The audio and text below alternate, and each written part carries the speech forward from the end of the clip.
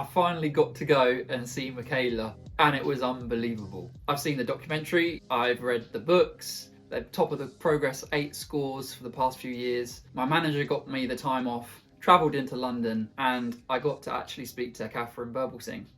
Here's my honest take. So this video is in 3 parts. I'll just give you a run through of the basic layout of the day, and then I'll talk about some critiques that you hear online about Michaela, and then just what the teaching was like, what the students were like, and my own opinion of the school.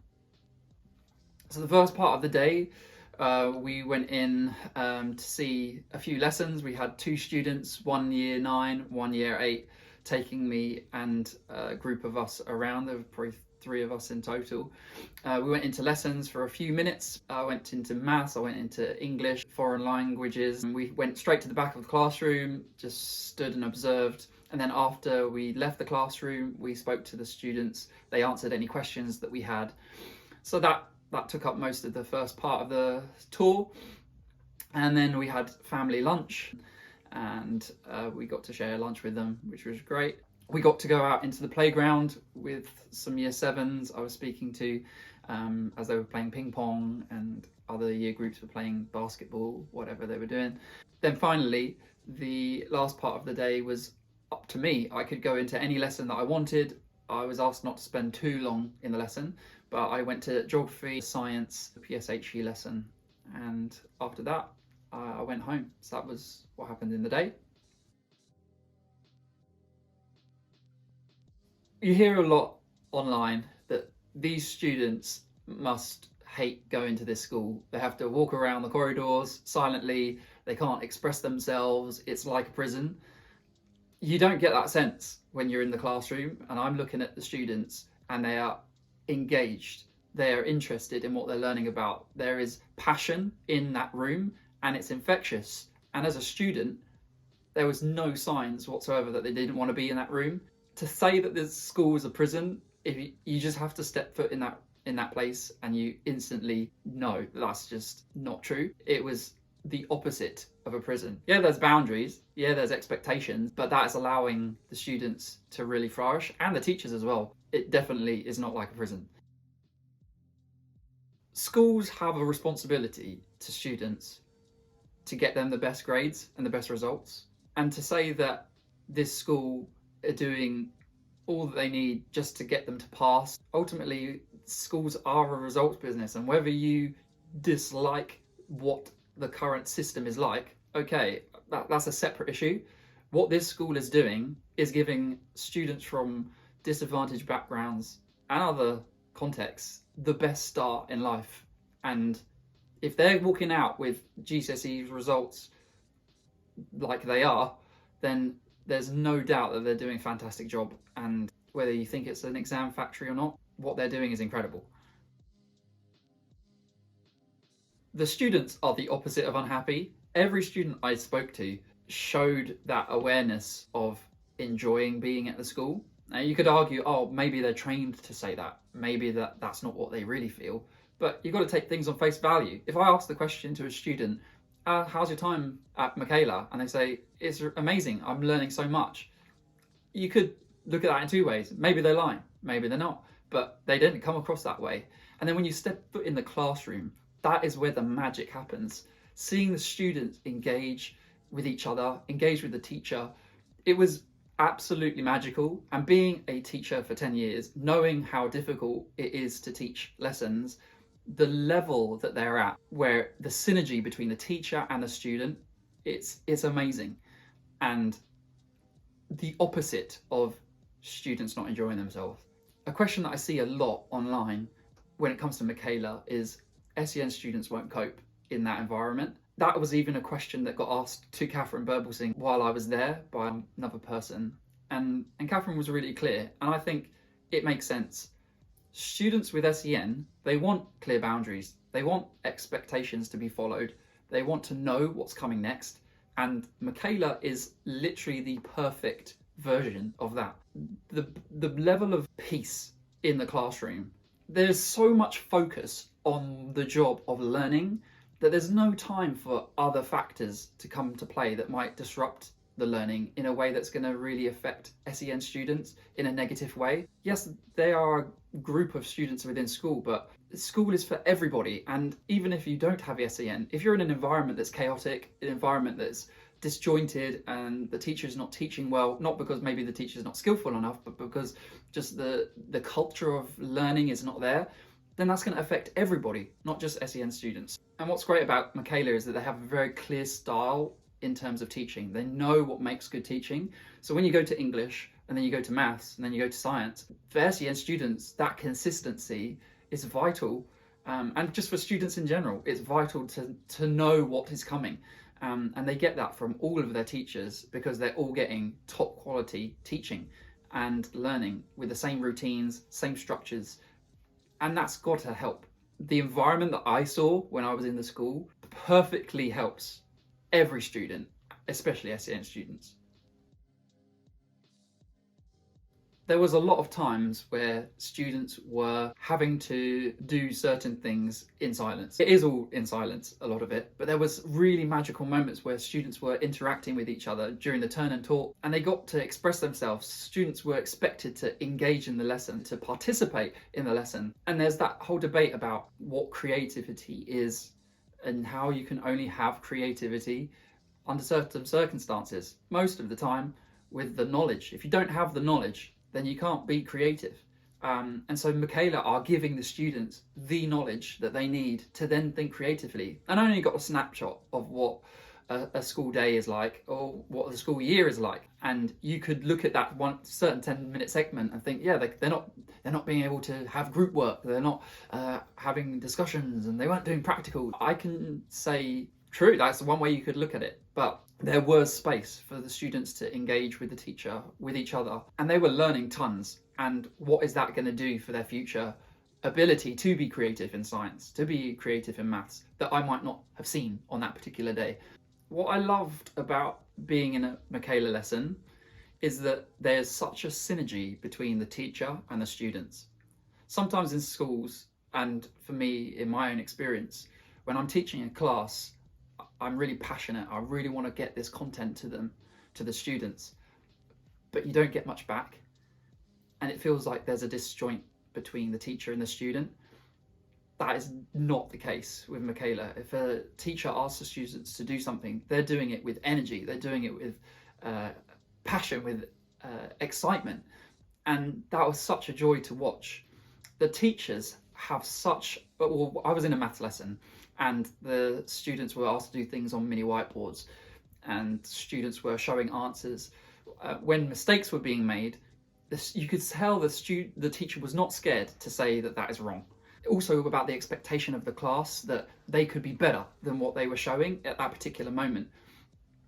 And like the passion that came through for the teacher with the high expectations, it just made the students want to go, oh no, okay, yeah, I need to focus a bit more so I can get this answer correct.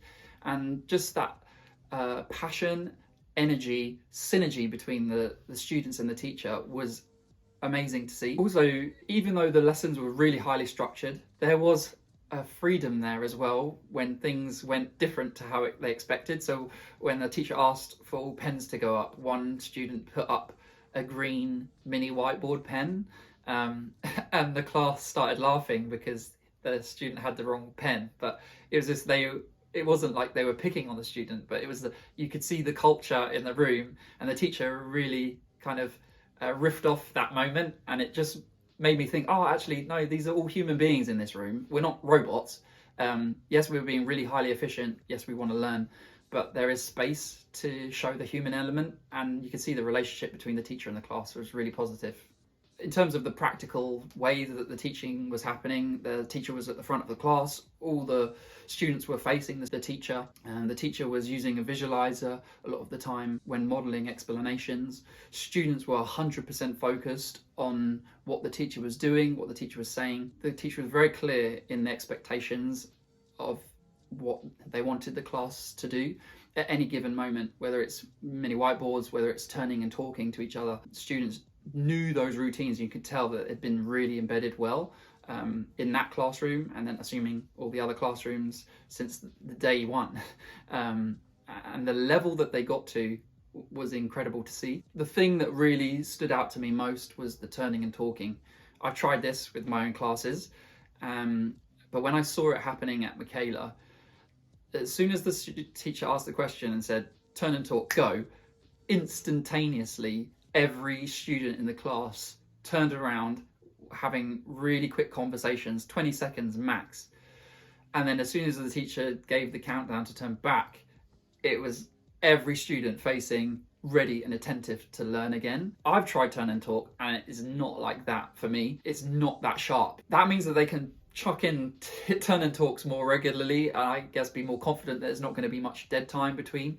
But that was a really cool strategy to see in the flesh, and just to see the students really proficient at it, and that the students I heard as they were having their conversation, there was value in what they were talking about. And in that rehearsal, they were all talking about what they needed to talk about, and they were being respectful to each other as they were speaking and allowing and giving space for each other to share. So that was something that really stood out to me. The next section is about the kids and were they happy. Speaking to the two who were giving us the tour around, they seemed really positive about the school they were part of. One was a year 8 student. He was telling me all the things that he was learning in science. And as I was outside in the playground talking to year 7s, I was asking them about their science lessons.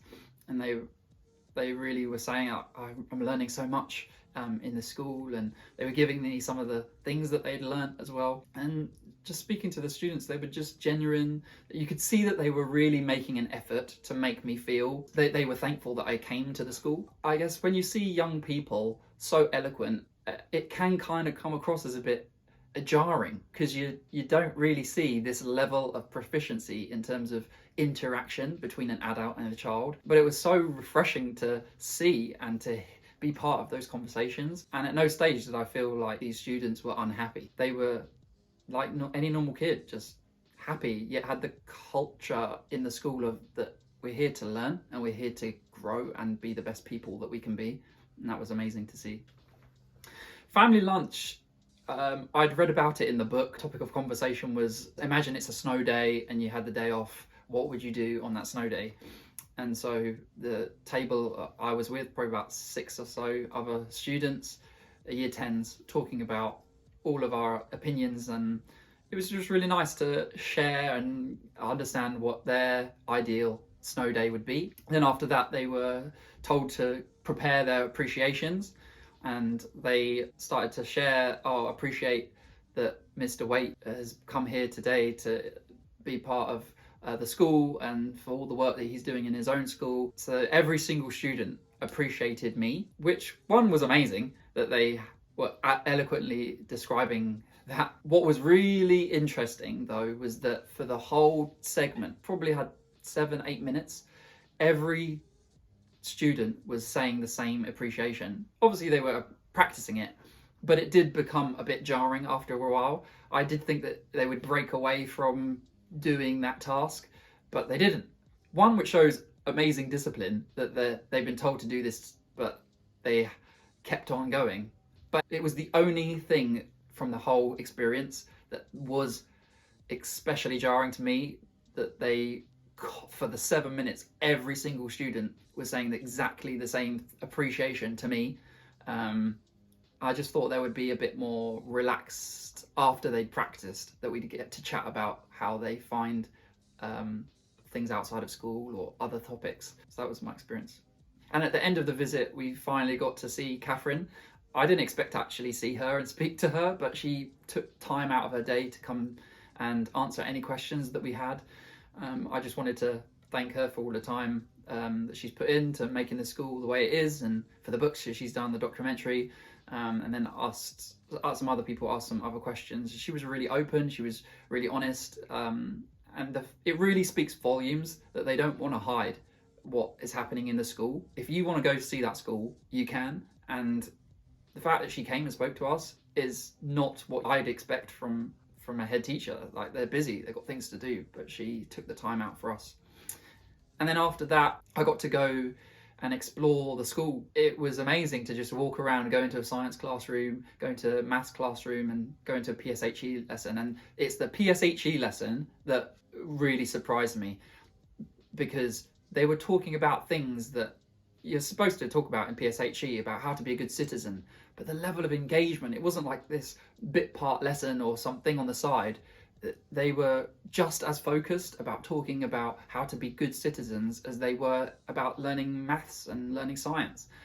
And you could tell that the form tutor cared so much about these students and wanted to invest in them, and gave stories of his own life, and students were willing to share.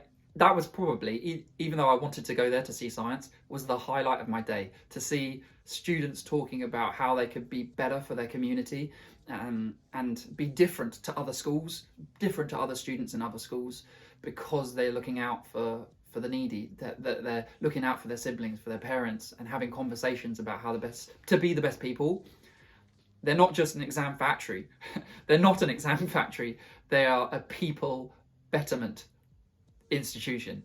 And I think that's what all schools should be doing, whether that's betterment in terms of results or betterment in terms of the people that they become.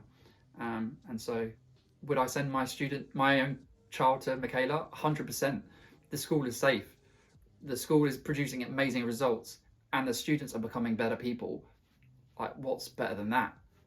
So having seen Michaela and the things that they do in the classroom, I definitely want to implement these things in my own teaching practice. So I'll make a playlist and check out the videos here, and as I journey into being a better teacher myself.